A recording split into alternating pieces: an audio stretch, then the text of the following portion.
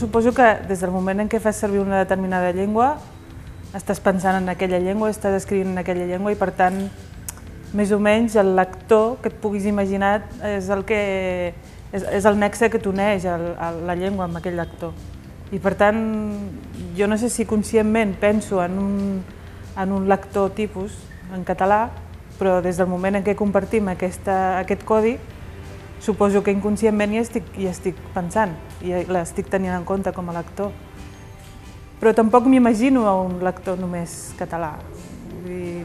M'agradaria, de fet, per mi el fet d'escriure és tenir la sensació de poder explicar coses per a algú com jo, per a algú que està en una situació en què pugui entendre les diferents realitats que jo he viscut. Jo suposo que tots, vull dir, quan escrivim per un lector que el primer som nosaltres mateixos, no?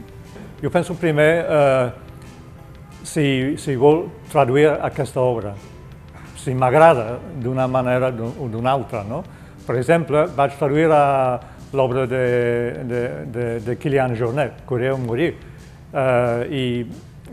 perquè vaig tenir un e-mail d'una editorial en Boulder, Colorado, i van dir-me vostè és traductor de català, li interessaria traduir aquesta obra de Kilian Jornet, però no és un escriptor conegut com un escriptor literari, però vaig llegir la seva obra i va agradar-me, no? I vaig traduir a Kilian Jornet. Jo crec que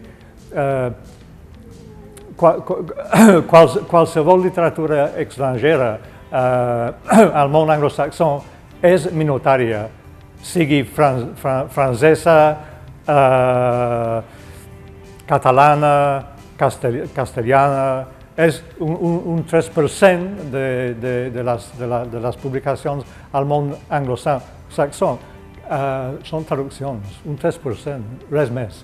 Jo crec que l'anglosaxó, per ser, tant si és imperialista com si no, és bastant monolingüe. És a dir, que tot i que a les universitats s'ensenyen altres llengües i la gent normalment aprenia francès o alemany, ara aprèn més el castellà, culturalment són molt d'una sola peça, molt monolingües, i els hi costa ser receptius a altres productes que venen de fora. És a dir, s'autoabasteixen molt, perquè el que ells fan agrada als altres, no se'ls acut de pensar que el que fan els altres els pugui agradar amb ells. Doncs que allà hi ha escoles d'escriptura on es treballa molt a la construcció narrativa, el ritme, i això és una cosa que a vegades aquí ens falla, perquè tendim a literaturitzar, o tendim a la lírica, o tendim, que està molt bé i és molt legítim, però el que fa que funcioni una novel·la al món anglosaxó és que tingui una gran consistència narrativa, és a dir, que hi hagi un ritme, una bona trama, uns bons personatges.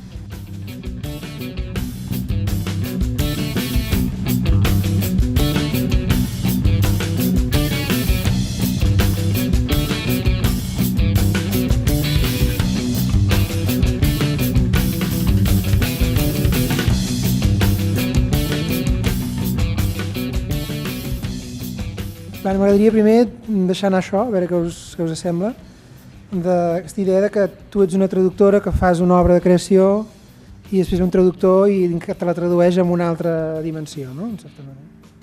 És una experiència que jo crec que hauria de tenir qualsevol autor, que fins i tot jo recomanaria que hauria de ser una experiència que hauries de tenir abans de publicar. Si abans de publicar que et poguessin traduir a una altra llengua i llegir-te en una altra llengua, jo crec que segur que és un exercici molt interessant, perquè, bueno, no sé si tots els autors els passa, però a mi llegir-me em costa molt. És com escoltar-te quan et graven, quan et graves, que et costa molt. En canvi, si és a través d'una traducció, és com que hi ha una distància que et permet, bueno, si és una bona traducció, que et permet veure't, no? I en aquest cas, doncs, amb el Peter vaig tenir aquesta sort de poder llegir-me en una altra llengua sense sentir-me estranya. No? Quan tu tradueixes una obra del castellà a l'anglès, no té per què tenir, pel fet de ser una llengua més gran, tenir més una recepció més gran? Vull dir que abans de dir Tirant a banderes ho vaig traduir i res, no? Quan tu tradueixes un autor castellà o un autor català, hi ha algun tipus de diferència en la recepció que hi ha? No. Jo crec que no.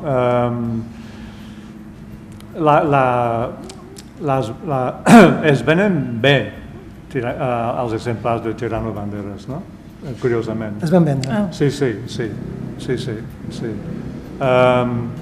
Bueno, relativa, es una cosa relativa, ¿no? Pero yo creo que en un año New York Review of Books, las ventas son de 1.500 ejemplares, que está bien. Y la pasa del diamant a Anglaterra más o menos igual, ¿no? Y no sé, también vaig traduir al Curer o Morir de Kilian Jornet. Y yo no sé, pero yo creo que hi ha moltes ventes del llibre. Per exemple, a Amazon.com hi ha quasi 90 comentaris sobre el llibre de Kilian Jornet. Bueno, és un detall, però jo crec que és molt interessant, perquè Kilian Jornet també és una figura mediàtica que és català, no? Sí. És que jo crec que aquest és un dels mites també que teníem molt après, i era que estàvem condicionats en vendes perquè escrivíem en una llengua petita i que si podíem, no? El complex que teníem sempre era que si teníem accés a una llengua molt gran com el castellà o com l'anglès, doncs això volia dir automàticament poder-te retirar, no? I clar, no... Bueno, sí, al món anglosaxó tota la literatura estrangera és petita, fins la francesa, fins l'alemana. Clar.